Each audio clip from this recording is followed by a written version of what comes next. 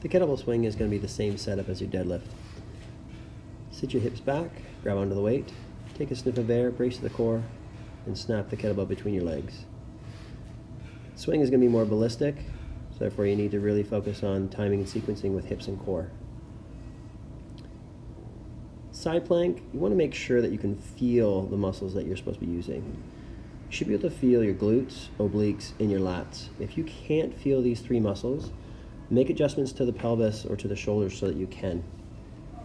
Start with the knees bent and then move to a longer leg, longer lever position.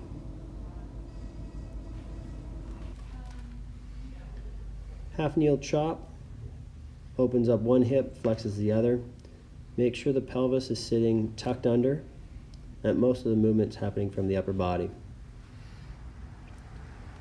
For a higher level of difficulty, move up to a split stance, maintaining good pelvic control.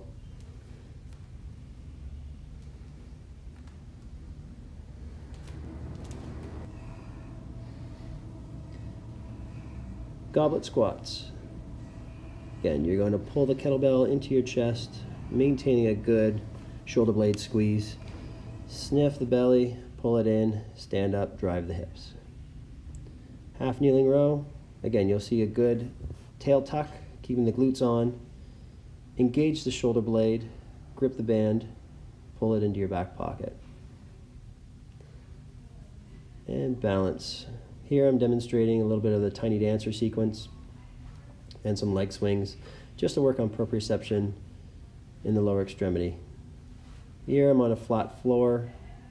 Creating some leg swings will create disturbances in the lower extremity that you have to make adjustments in the spine, hips, and lower extremity.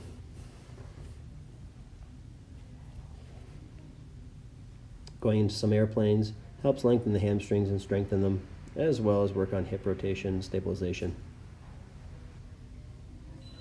For a greater degree of difficulty, stand on a piece of foam or pillow. It's just going to add a little bit more challenge to the foot intrinsics, as well as the whole kinetic chain being on unstable surface.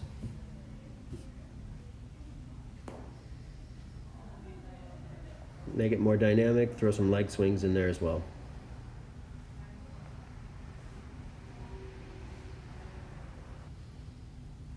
For added fun, using the visual system and some upper body coordination, if you can juggle, go for it. Start with 2 balls, or even just using one, just to get the eyes and your mind and your breathing a little bit more coordinated. Switching feet, just add a degree of difficulty.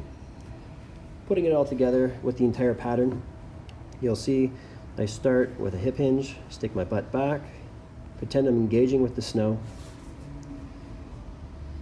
And once it's engaged, I'm driving with the hips. All the movement's being driven from the hips and transferring through the body.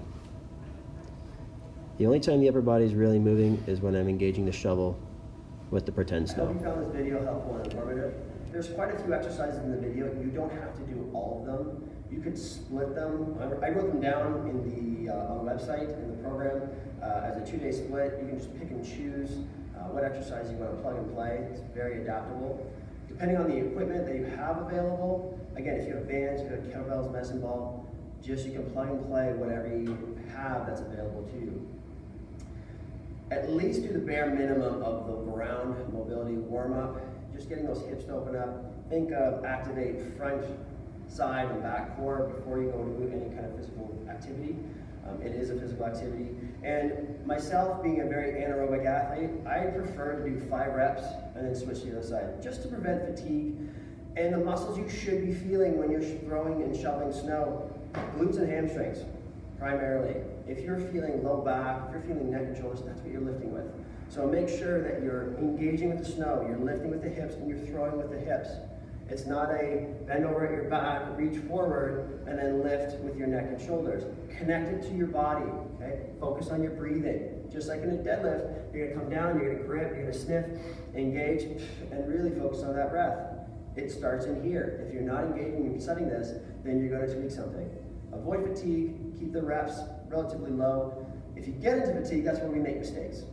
So I want you to stay healthy over the winter break. I want you to enjoy the outside.